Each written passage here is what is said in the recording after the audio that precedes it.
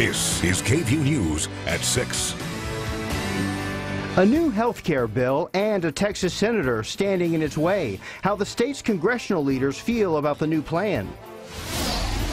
A close call, frightening video from a Central Texas highway has one police department jumping into the debate over red light cameras.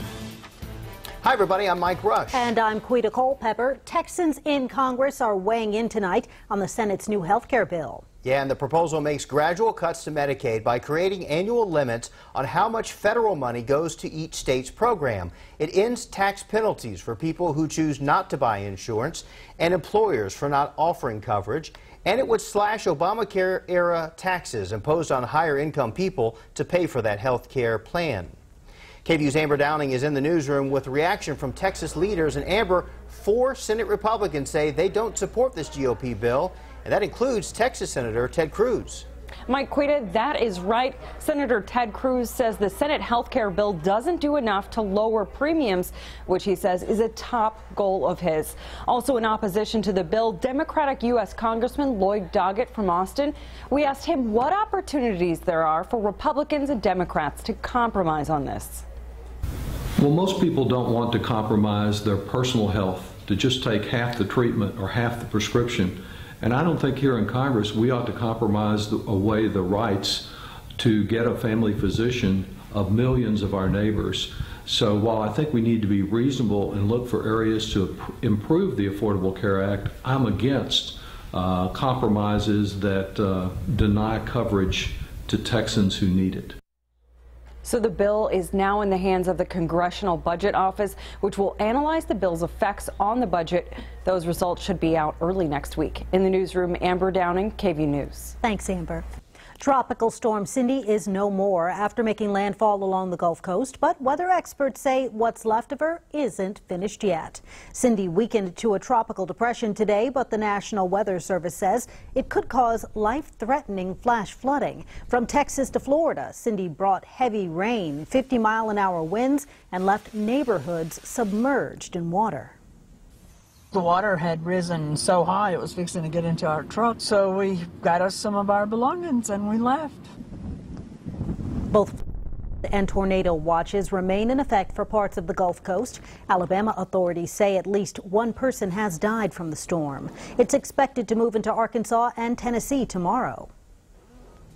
And speaking of Cindy, it's producing tornadoes, quite a few earlier today around the Birmingham area, and additional tornado warnings right now, not too far from Little Rock, Arkansas. But as expected, take a look at this. All the rainfall well to the east of us, from East Texas into Tennessee, as hot temperatures have been the big story here at home. Temperatures still in the mid to upper 90s, all quiet on our Max Storm Doppler radar. 98 degrees right now in Austin, even hotter tomorrow, especially when we calculate the humidity. Heat indices in some areas could top out 110. Thankfully, though, we're cooling down with a chance of rain for the weekend. Much more on that coming up. Thanks, Albert. Now, we want you to watch this close call caught on video. Here it comes. Oof, right there.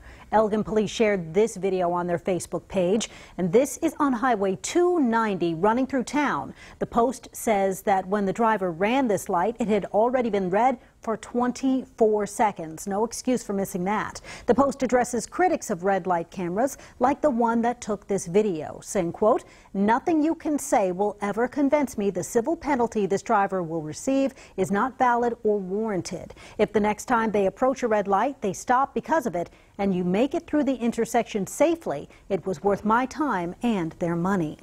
So be safe in those intersections, and please remember to drive alive, Austin. Don't drink and drive.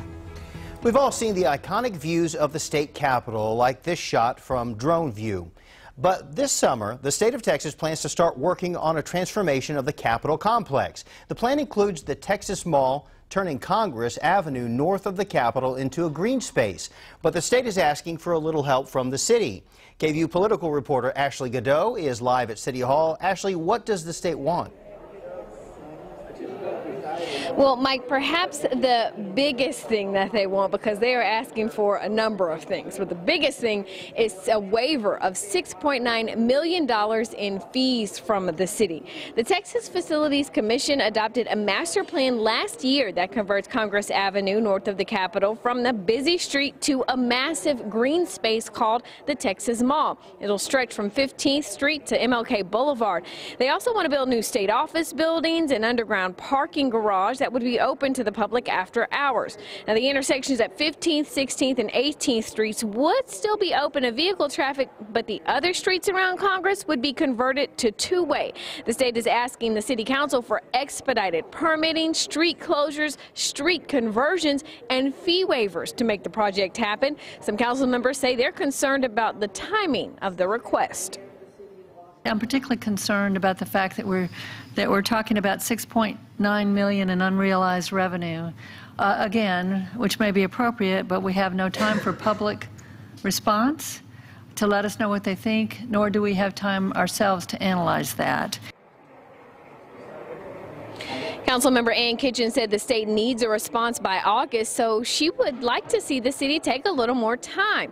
Instead, a split council voted to approve negotiations on the deal. Council members Kitchen and Houston voted against it. Garza and Poole abstained, and the others on the dais approved moving forward. Now, ultimately, the city staff will have to come back to the council to get final approval on the deal. The state plans to start excavating one of those lots on the project later this summer. Reporting live from Austin City Hall, Ashley Hutto, KVUE News.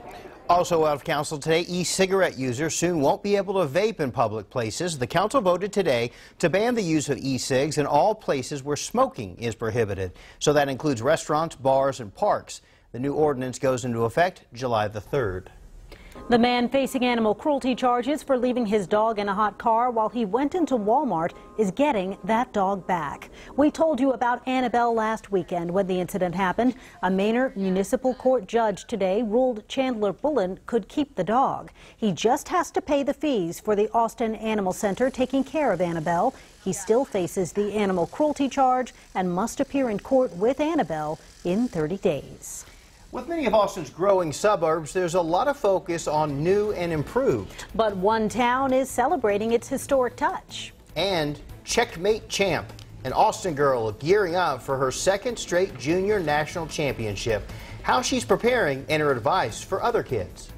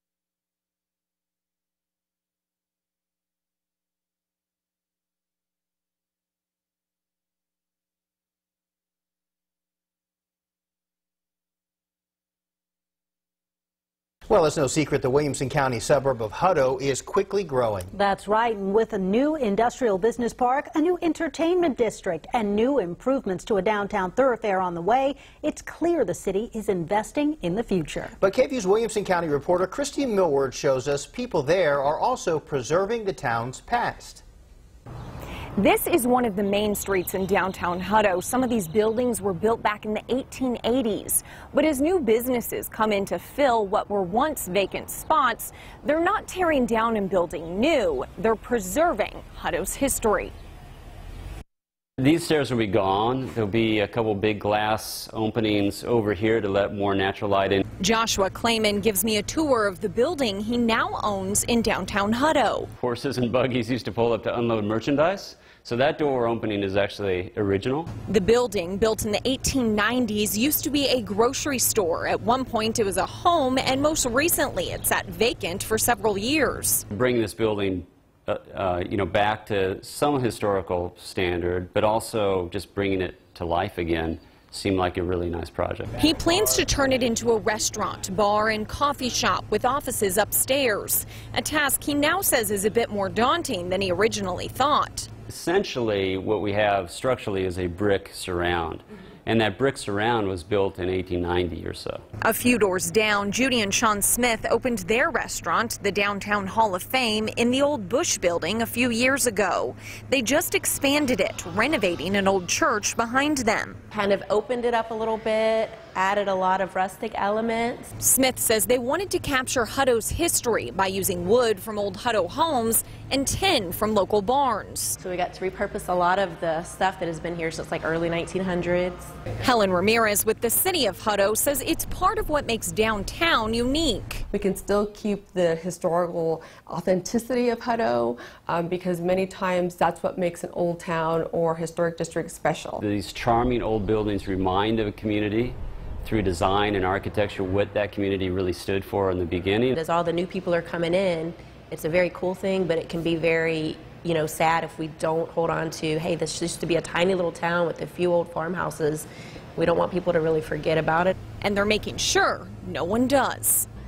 As business owners restore some of these older buildings, the city has a grant program to help with some of those costs. Homeowners in the area can get in on this too. It could be money to help with a new sign, new paint, new siding, even a new roof, as long as you can see the improvements from the street. In Hutto, Christy Millward, KVUE News. I really like that sort of thing, especially when they take the old boards and from houses and put them up there and repurpose them. I love looking at all the historical buildings, and there's a lot of history in Central Texas. Sure is.